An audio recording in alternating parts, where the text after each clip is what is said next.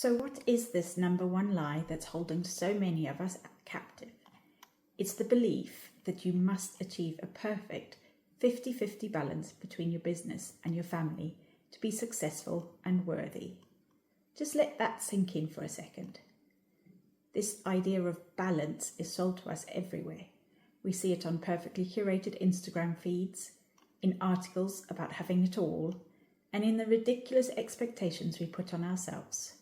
We have this image of a perfectly symmetrical scale, with our thriving business on one side and our happy, well-adjusted family on the other, just hovering in flawless equilibrium. But let's be real for a second. Does anyone's life actually look like that? The hunt for this mythical perfect balance is the very thing creating the guilt.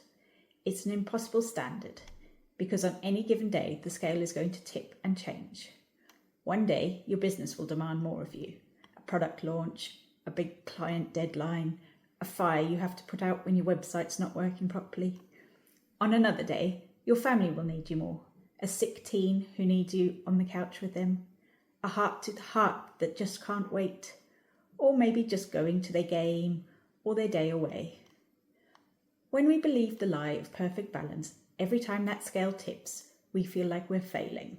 If we focus on work, we feel guilty for not being with our family. If we focus on our family, we feel guilty for not working on our business. It's a vicious, soul-crushing circle that leads straight to burnout and makes us feel like frauds in both parts of our lives. The truth is, when we choose balance, we don't just burn out. We sabotage our earning potential, because every time you feel off balance, you tell yourself you can't grow your business right now, and that delay costs you real money over time. This constant feeling that we're not measuring up is the absolute heart of imposter syndrome. We start to believe we're unqualified, selfish. If this whole balance thing is so damaging, why are we all so obsessed with it? Well, there are a few powerful forces at play. First, there's the relentless pressure of social media. We scroll through feeds full of other mums who look like they're doing it all flawlessly. We see the highlight reels, the successful business launch immediately followed by the perfect family vacation. What we don't get to see is the messy middle, the late nights, the takeout dinners, and the moments of crippling doubt. This curated reality creates a culture of comparison that makes us feel like we're constantly falling behind.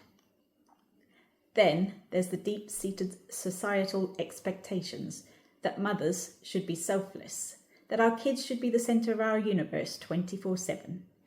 When we dare to have ambitions outside of motherhood, we're often met with judgment from others and, let's be honest, mostly from ourselves. We tell ourselves that we're being selfish for wanting to build something of our own. That internal conflict is just exhausting. And let's not forget good old-fashioned perfectionism. As high achievers, many of us are wired to strive for excellence. But when that drive turns into a demand for perfection in every area of our lives, it becomes a huge obstacle. We think we have to be the perfect mum and the perfect CEO, all at the same time. This isn't just unrealistic, it's a recipe for feeling like a constant failure.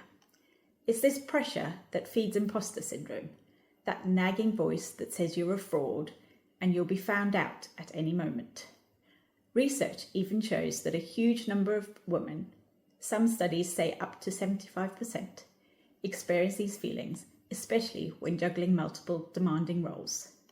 Perfectionism doesn't just stress you out, it blocks cash flow.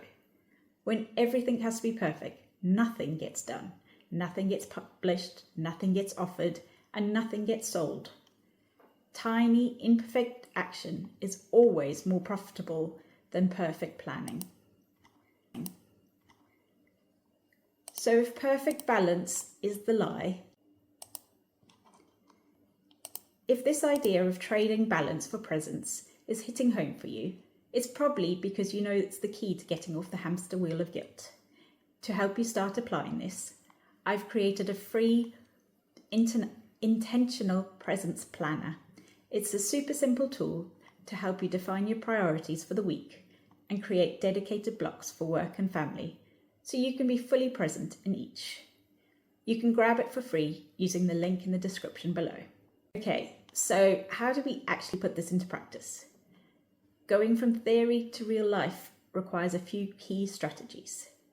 Here are 4 practical steps you can start taking today. Step 1. Instead of seeing guilt as a sign that you're failing, start seeing it as a compass. Guilt is just an indicator that you care deeply about 2 very important things: your family and your business. It's not a judgment on your performance, it's a reflection of your values. When you feel that pang of guilt, don't let it spiral into shame. Instead, just pause and acknowledge it. Say to yourself, I'm feeling this because I love my kids, and I'm also passionate about my work. Then, use that feeling to make an intentional choice. Maybe it motivates you to schedule a one-on-one date with your teen, or maybe it fuels you to crush your work so you can be fully present at dinner. If it's all business-based guilt, you can ask a simple money-supporting question. What tiny action today would help for future me earn? Maybe it's sending a follow-up message, posting one offer, or scheduling content. One small action a day is what builds long-term income. Stop letting guilt be the wall between you and your dreams. Step 2. The key to being fully present is creating clear boundaries. This is where strategies like time blocking become your best friend. When you're working, be working. Turn off personal notifications, close the door if you can, and get in the zone. Communicate to your family that this is your focused work time. When you protect your work pockets, even for 20 to 40 minutes, you create predictable earning time. Then, when it's family time, set firm boundaries with your business. Put your phone away, like out of sight, out of mind. Don't check emails during movie night. Be fully in the conversation at dinner. Showing your kids your passion and work ethic is a powerful lesson, but so is showing them that they are your priority when you're together. This isn't about a perfect 50-50 split of your day. It's about creating protected, sacred time for each important part of your life. Use the task and time block sections in the Intentional Presence Planner that's free to download below to carve out one money-moving task each day, the kind that actually leads to sales. Step 3. Communicate with your teens. This is so important when you have a teenager. Unlike with little kids, you can have real, open conversations with them about your business. Explain your why. Let them in on what you're building and why it matters to you. Share your wins and even your struggles. When they understand your vision, they're much more likely to feel like a part of the team instead of a distraction from it. Involve them where you can. When you involve them, something powerful happens. You model earning behavior.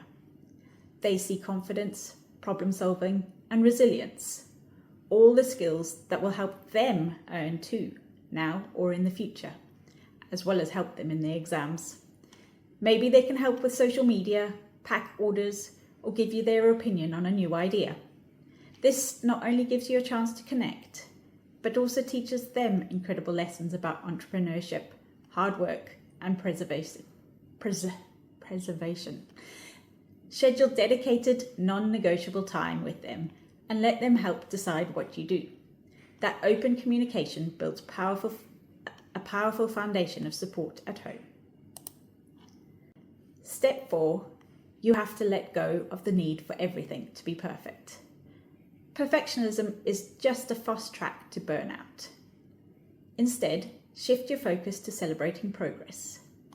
At the end of each day or week, take a minute to acknowledge your wins, no matter how small. Did you land a new client? Celebrate it.